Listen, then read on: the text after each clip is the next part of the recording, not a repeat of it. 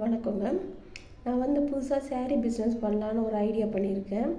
என்ன காரணம்னா, நான் எப்பவுமே இந்த வயசான பாட்டிம்மா, வயசான தாத்தா இவங்கலாம் ரோட்டில் பார்த்தோன்னா அவங்களாம் கஷ்டப்படுறாங்கன்னு சொல்லிட்டு ரூ.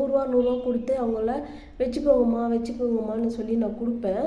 அது எப்படின்னா, என்கிட்ட வருமானம் எதுவுமே இல்லை. ரூ. 1 காயின் கூட வருமானம் இல்லை என்கிட்ட. ஆனால் நான் கொஞ்சம் என் நகையெல்லாம் நான் விற்று காசு வச்சுருந்தேன். அந்த காசை எடுத்து தான் இவங்ககிட்டலாம் இந்தாங்க வச்சுக்கோங்கன்னு எல்லாத்தையும் நான் கொடுத்துட்டு இருந்தேன்.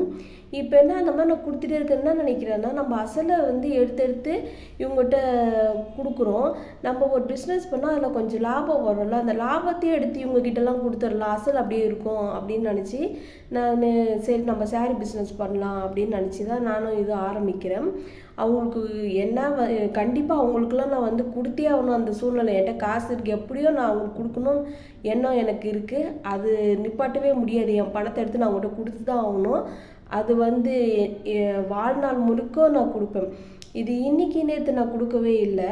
இது எப்போத்துலேருந்து கொடுக்குறேன்னா, என் குழந்தைங்க சின்னதாக செகண்ட் ஸ்டாண்டர்டு தேர்ட் ஸ்டாண்டர்ட் படிக்குதுங்க. இப்போ பையன் MBA படிக்கிறான், பொண்ணு காலேஜ் செகண்ட் இயர் படிக்கிறாங்க. அப்போத்துலேருந்து சொல்கிறேன்.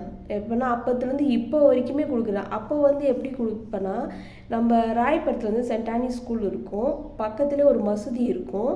அந்த மசூதியாண்ட எப்போயுமே வெள்ளிக்கிழமெல்லாம் ஃபுல்லாக மசூதியில் 2 மணி போல் ஓதுவாங்க.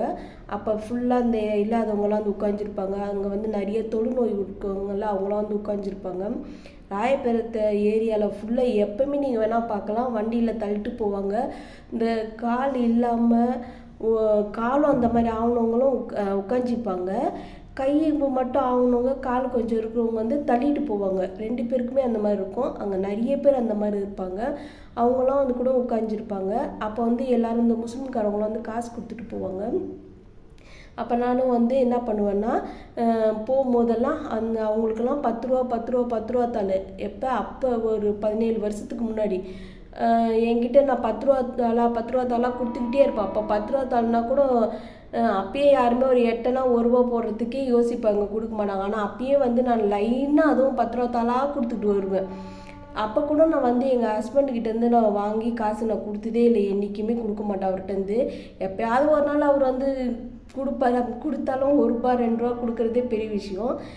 என் காசு தான் நான் கொடுப்பேன். எப்போயுமே ரூ. 10 தாள் கொடுப்பேன். இப்போல்லாம் என்ன பண்ணுறேன்னா, ரூ. 100 தாள் இப்போயுமே எங்கள் ஹஸ்பண்டுக்கிட்டேருந்துலாம் நான் காசு வாங்கி கொடுக்குறதே இல்லை. அவர் கொடுக்க மாட்டார். நான் கொடுத்தாலே என்கிட்ட சண்டை தான் போடுவார். கொடுக்காதுன்னு சொல்லுவார். நீனே ஒரு இல்லாதவ நீ நான் எல்லாருக்கும் பண்ணுறேன் அப்படி தான் என்னை கேட்பார். கொடுக்க மாட்டார். நான் என்றைக்குமே நானும் நினைப்பேன், அவர் காசை வாங்கி நம்ம இந்த மாதிரிலாம் கொடுத்துடக்கூடாது யாருக்கும். நம்ம காசுன்னா நம்ம விருப்பப்படுறோம், நம்ம கொடுக்குறோம். அவருக்கு அது விருப்பம்லாம் நம்ம அவரை தொல்லை பண்ணக்கூடாதுன்னு என் காசு தான் நான் கொடுத்துக்கிட்டு இருந்தேன். இப்போயும் அது கொடுக்குறேன். அது என்னால் என்றைக்குமே நிறுத்த முடியாது.